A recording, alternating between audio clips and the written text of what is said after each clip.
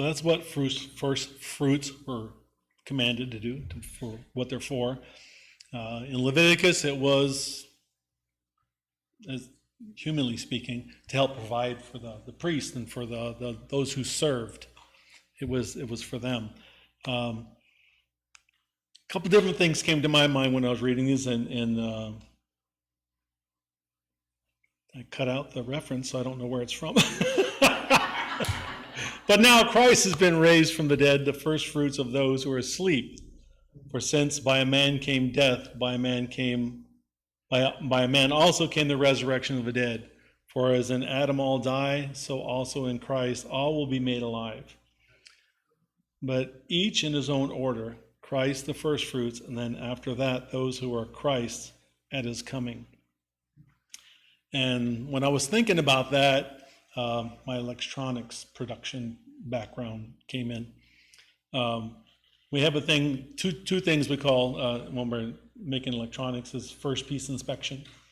So when you're starting to make something, the first thing you're going to look at and make sure it's possible to be built. It's the proof example that verifies the possibility of all that will follow.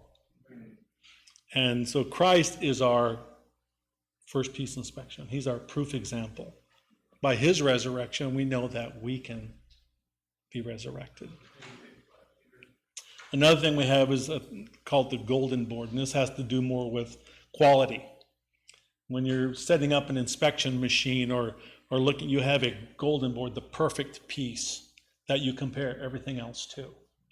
And so that is our perfect example against which all others will be compared. And we're expected to be that same quality. And Christ not only is our first fruits, first piece inspection, proof example, but he's also the perfect example of what we should be. And in James, excuse me, 1:16-18 says, "Do not be deceived, my brethren. Every good gift and every perfect gift comes from above. Comes down from the Father of lights, in whom there is no variation or shadow of turning. Of his own will he brought us forth by the word of truth, that we might be a kind of first fruits of his creatures as well." When I tie that within Leviticus 2:12-14, it says, "As for the offering of the first fruits, you shall offer them to the Lord, but they shall not be burned on the altar for a sweet aroma." And I don't think I ever paid attention to that little bit before, the shall not be burned on the altar. Or most of the offering sacrifices, they were burnt.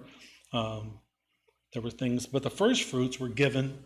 Again, that was to support the people who did the work of the service. And so literally, it became the fuel for the work of service. The offering, the first fruits, without it, there was no work of service. So us being a kind of first fruits, we're not just supposed to be a once and done flash in the pan. It's that first fruits that the priests and Levites ate became part of them, and it was part of the continual service. So that first fruits is meant to be a continuing part of the service to the Lord, not just something quick.